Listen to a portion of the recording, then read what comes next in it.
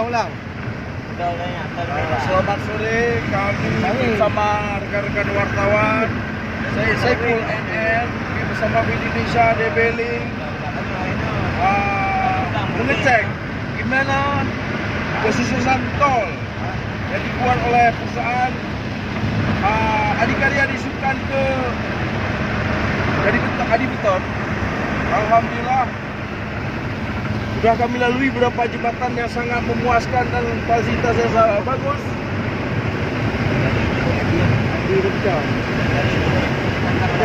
Okey, Pak Syed. Okey. Ya, okey. Mana lagi? Saya sudah menerobos jalan tol Cibanceh. Ternyata Cibanceh ini luar biasa. Kami sebagai rakyat Aceh menerima dengan sepenuh hati bahwa jalan tol baru-baru lahir sekarang 2020. 2021 alhamdulillah sudah bisa menuju PD. Okey, terima kasih. Okey, Pak Tenggawi, gimana kemarin? Ya, jalan tol memang ini luar biasa sekali.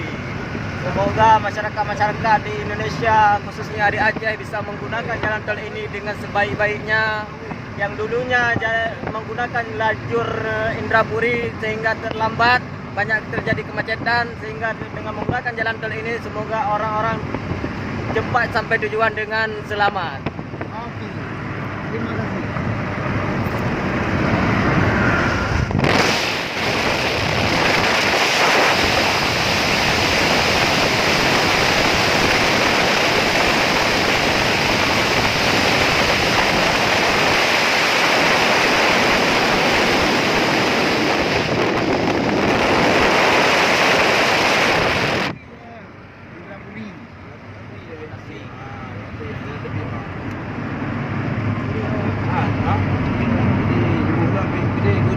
Jalan jantung, Gede. Dia jantung.